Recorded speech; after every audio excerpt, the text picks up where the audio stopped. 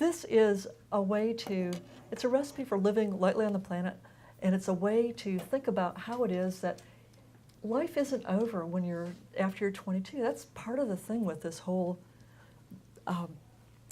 50 Weeks of Green, or 50 Shades of Gray. And it reminded me the other day, I was watching one of the food bloggers that I read regularly. She turned 30, and she was so morose. She said, oh, I don't know, I'm turning 30, I don't know if I'm going to be able to get out of bed in the morning.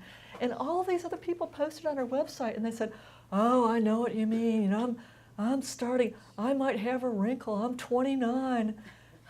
Are you kidding me? These are women who are just, I mean, like they're 10 years away from getting really good. Let's face it, they've got so far to go. So this is a celebration of people like the people in my book club and the other people I know who have really figured out who they are and how to have fun, which is what I think it's all about. And it's also a recipe for growing up. One of the other people I wrote this for was little Linda when I was back in 7th grade. 7th grade was really hard for me. I grew up in a neighborhood not too much unlike this in Michigan, Lansing, Michigan. Very suburban neighborhood, and I went to a little all suburban elementary school. And when I went to junior high school, it was more in the center of the city, and I had people from all different socioeconomic groups and all sorts of different people who, some of them were literally dangerous. I got robbed at knife point pretty regularly for my bus tickets. And there were, big fights in the cafeteria involving people getting teeth knocked out with trays and all that kind of stuff. It was a fairly rough high school. So you have that going on, plus, I mean, suddenly I'm in 7th grade and there's all these men there in 8th and even 9th grade, and suddenly I'm paying more attention to them than I ever had before, and I just didn't know how to deal with this. So I was just in this big tizzy. So I come home, my mom wasn't there, and I didn't really have anybody to talk to about this. It was really one of the worst times in my life.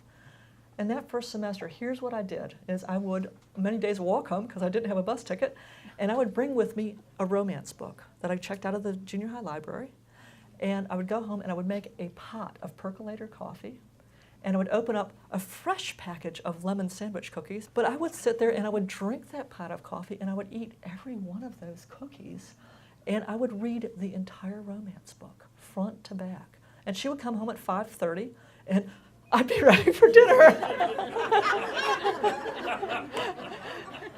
And what I was trying to figure out was, what is it with this boy-girl thing? How does this work? I have like no earthly idea. I'm trying to get involved with some of these, I don't know what's happening. So how does this all work?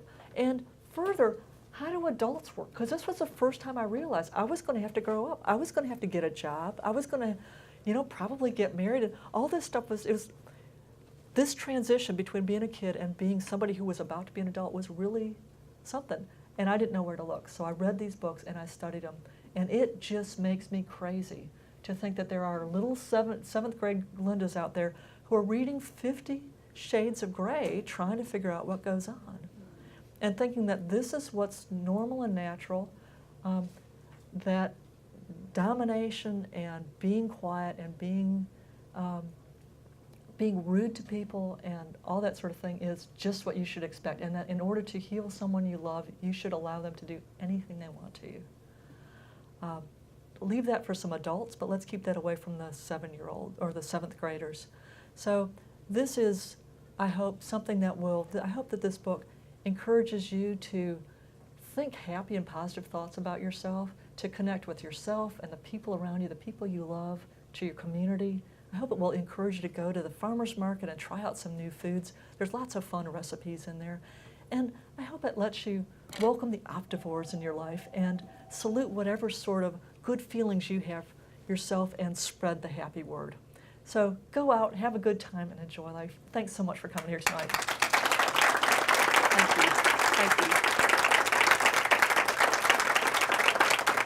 Yay!